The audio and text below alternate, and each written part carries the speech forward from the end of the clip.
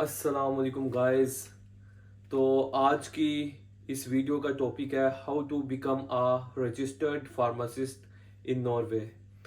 यहाँ पे एक रजिस्टर्ड फार्मासिस्ट होने के लिए सबसे पहले आपको पाकिस्तान से या दूसरे कंट्री से जहाँ की एजुकेशन यहाँ पे अप्रूव्ड है फार्मेसी एजुकेशन, वहाँ से आपको सबसे पहले अपने डॉक्यूमेंट्स सॉफ्ट फॉर्म में एक एप्लीकेशन के थ्रू अप्लाई करना पड़ते हैं। जब आपको उस एप्लीकेशन का रिस्पॉन्स आता है तो फिर आप उस रिस्पॉन्स पे वीज़ा फाइल करते हैं। वीज़ा फाइल करने के बाद जब आपको वीज़ा आता है तो आप नॉर्वे आ जाते हैं। नॉर्वे आके सबसे जो मेन स्टेप होता है वो आपका नॉर्वेजियन लैंग्वेज होता है। नॉर्वेजियन लैंग्वेज के 3 स्टेप्स होते हैं जो कि आपको क्लियर करने होते हैं। पहला स्टेप कहलाता है A1 A2, दूसरा स्टेप कहलाता है B1 लेवल, तीसरा लेवल कहलाता है B2 लेवल। जब आपके ये 3 लेवल ख़त्म हो जाते हैं, आप क्लियर कर जाते हैं लैंग्वेज के 3 लेवल, तो फिर आपको यहाँ पे एक यूनिवर्सिटी के थ्रू यहाँ का जो फार्मेसी रजिस्ट्रेशन एग्ज़ाम है जिसे नेशनल फॉग कहते हैं, उसमें खुद को इनरोल करवाना पड़ता है। और वो आपकी इनरोलमेंट आपका जो लेवल 3 का रिजल्ट होता है उसके बाद होती है, क्योंकि वो रिजल्ट आपकी एक रिक्वायरमेंट है अप्लाई करने के लिए उस रजिस्ट्रेशन एग्ज़ाम में। तो जब आप उस रजिस्ट्रेशन एग्ज़ाम में अप्लाई करते हैं तो उसके आगे से 3 टॉपिक्स होते हैं, 3 सब्जेक्ट्स होते हैं।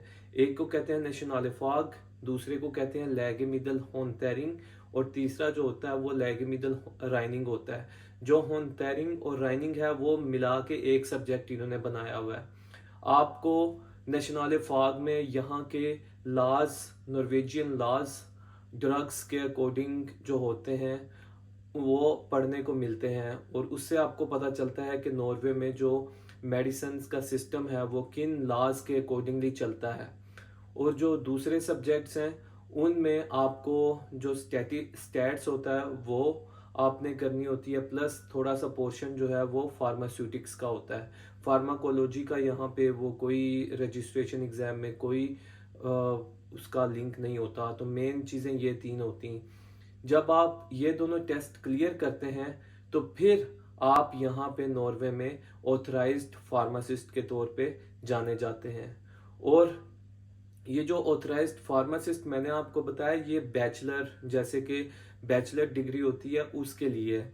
तो जिन लोगों ने पाकिस्तान से एमफिल वगैरह किया हुआ है तो वो बाद में अपनी एमफिल की डिग्री भी यहाँ पे हेल्थ डायरेक्टोरेट को सेंड करते हैं और उनसे रिक्वेस्ट करते हैं कि हमें यहाँ पे एक डिग्री होती है जिसको बोलते हैं प्रोविसोर फार्मासोइट, जो कि एक बैचलर फार्मासिस्ट से ऊपर कहलाता है।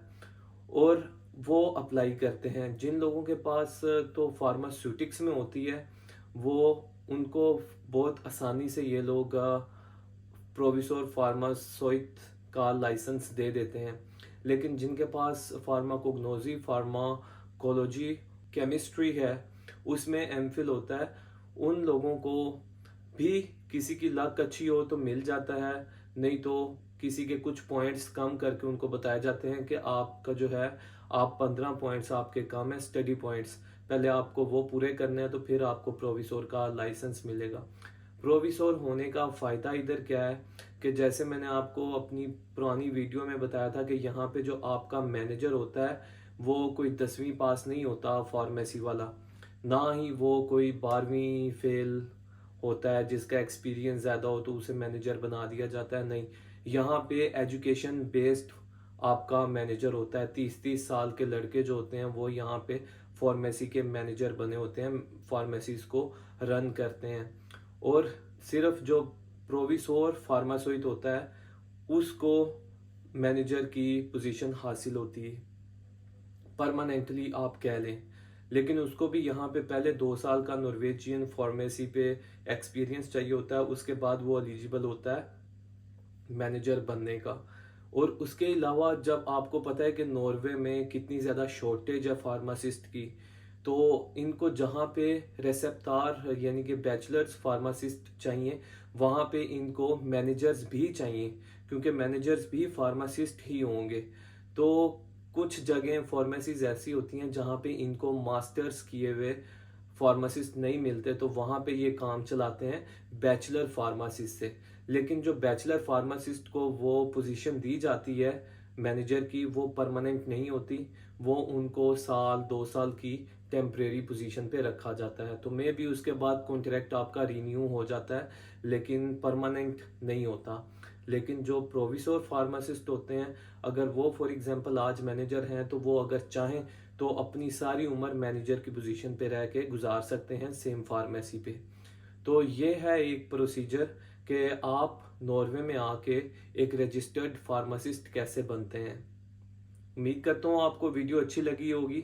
सब्सक्राइब ज़रूर कीजिएगा। मिलते हैं अपनी आने वाली अगली वीडियो में। अल्लाह हाफिज़।